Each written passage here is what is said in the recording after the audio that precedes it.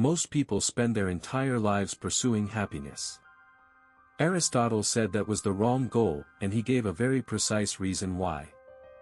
In the opening lines of the Nicomachean Ethics, written around 350 BC, he argued that happiness as most people understand it, as a feeling to be achieved, a state to be reached, is not the proper object of a human life at all.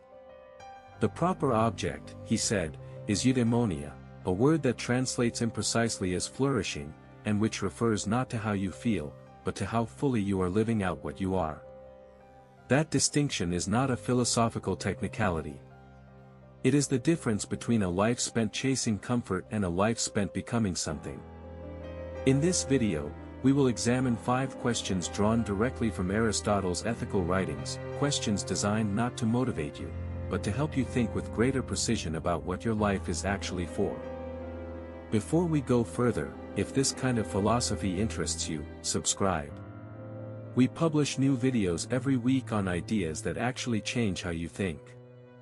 What Aristotle understood, and what makes these questions so enduringly useful, is that most people are not directionless because they lack ambition.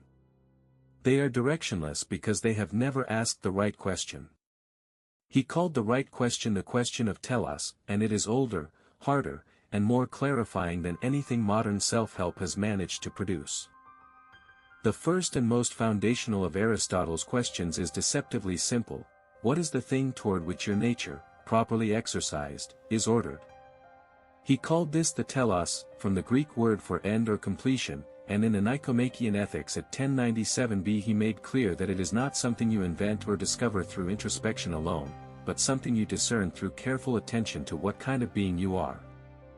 Every being, Aristotle argued, has a characteristic function, and the good of that being consists in performing that function excellently. A knife that cuts cleanly is a good knife. A lyre player who plays with skill and precision is a good lyre player. The human case, however, is more complex, because the human function is not a single skill but the exercise of the rational soul in accordance with virtue, what he describes at 1098a as the activity of the soul in accordance with its highest excellence. This is why Aristotle's first question cannot be answered by simply listing what you are passionate about, because passion, in his framework, is neither a guide nor a criterion. Passion tells you what excites your appetite, telos tells you what completes your nature, which is a considerably different thing and requires considerably more thought to identify. What this reveals is that the modern obsession with following your passion is, by Aristotle's measure, a confusion of categories. It mistakes a feeling for a direction, and a preference for a purpose. The more useful question, and the one Aristotle would have pressed upon any student sitting in the Lyceum, is not what energizes you in the moment, but what kind of activity, pursued over time and with increasing excellence, makes you more fully what you are. But this raises a harder question, one that Aristotle was not content to leave abstract: if telos is not passion, how does a person actually begin to locate it? The second question Aristotle implicitly poses throughout the ethical writings, and which becomes explicit in his account of character in Book 2 of the Nicomachean Ethics, is this: what do you habitually do when there is no external incentive directing your behavior? This question matters because Aristotle believed that character, which he called ethos, is formed by repeated action long before it is reflected upon, and that the pattern of those unreflected actions reveals what a person's soul is actually oriented toward. He writes at 1103b that we become just by doing just acts, temperate by doing temperate acts, brave by doing brave acts, which means that what you do in the small and unobserved moments of your life is not peripheral to who you are, but constitutive of it.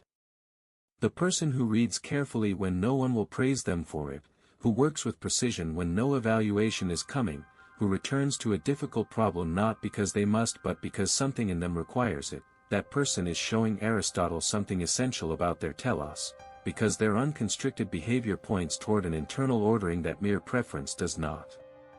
What this reveals is that purpose, in Aristotle's sense, is not something you declare, it is something you exhibit, slowly, in the grain of daily life, and the question of what you do when no audience is present is therefore one of the most diagnostic questions you can ask of yourself. It cuts through self-presentation and exposes the actual structure of your desires, which is precisely why most people find it uncomfortable to sit with for very long. However, Aristotle's inquiry does not stop at habit and character. What Aristotle said next contradicts what most people assume about the relationship between virtue and purpose, because he insisted that knowing your telos was not sufficient without understanding which ends you are actually choosing, and which ends are being chosen for you. At 1094a of the Nicomachean Ethics, Aristotle makes one of the most quietly devastating observations in the history of ethics: every art, inquiry, action, and pursuit aims at some good, but not all goods are of the same kind. Some goods are pursued for the sake of other goods, they are instrumental, meaning they derive their value entirely from what they lead to. Wealth is the clearest example. No one, Aristotle argues, wants money for its own sake, they want what money makes possible. Honor, reputation, even many forms of professional achievement belong to this same category of instrumental ends, they are means, not termini. The third question Aristotle's framework demands, then, is whether the goal you are currently orienting your life around is something you would pursue even if it led nowhere else, or whether it is, on honest examination, merely a means to something further that you have never quite named. This question has a particular severity in the modern context, because the structures of education, employment, and social recognition are extraordinarily good at producing instrumental goals that feel like final ones. A person can spend 15 years climbing toward a position of professional prestige and only discover at the summit that the prestige itself was never what they wanted, that it was always a proxy for something else: recognition, security, freedom, or the sense of having proved something to someone whose approval they long ceased to need. Aristotle would say this is not a tragedy of circumstance but a failure of philosophical attention, and that the remedy is precisely this third question, asked not once, but repeatedly, at intervals, with the willingness to be unsatisfied with easy answers. What this reveals is that genuine purpose requires not only knowing what you desire, but understanding the structure of that desire, which ends are terminal and which are merely staging posts that have been mistaken for destinations. And yet, Aristotle's inquiry reaches even further, into territory that most modern discussions of purpose deliberately avoid: the question of what kind of life your pursuit, if fully realized, would actually produce in you. The fourth and fifth questions Aristotle poses are, in a sense, inseparable, and together they constitute the most practically applicable dimension of his entire account of purpose. The fourth is this: if you pursue the end you have identified fully and successfully, what kind of character will that pursuit form in you? Aristotle was acutely aware, and this is one of the most arresting features of his ethics, that the activities we habitually engage in do not leave us unchanged. They shape us. In Book X of the Nicomachean Ethics, at 1177a, he argues that the highest human activities are those that make us more excellent as human beings in the very act of performing them, because they exercise and develop the capacities that are most distinctively ours. This means that a purpose worthy of the name must be evaluated not only by what it produces externally but by what it produces internally, whether it cultivates practical wisdom, strengthens moral character, deepens the capacity for genuine friendship and civic engagement, or whether it slowly narrows the person who pursues it, making them more calculating, more isolated, more skilled in a technical sense but less capable of living well in the full human sense.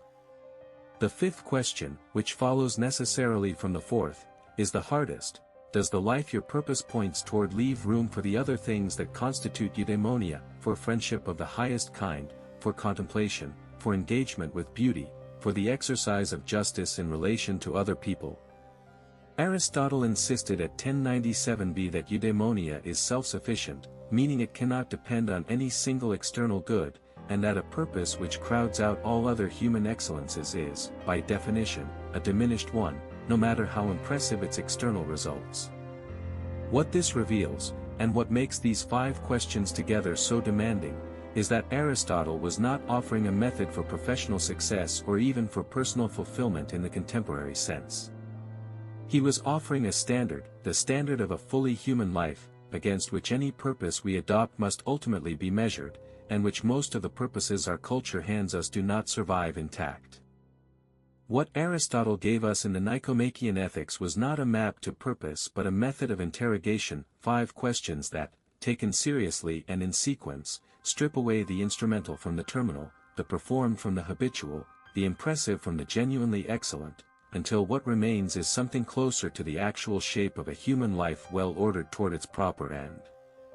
The practical implication for the viewer today is not to have answered these questions by the end of this video, but to have understood why they are the right questions to be asking, because most of the frameworks on offer for finding purpose begin too late, assume too little, and demand too little of the person asking. Aristotle spent a lifetime studying what it means to live well. The least we can do is spend 10 minutes thinking about it. Subscribe if you want to keep thinking.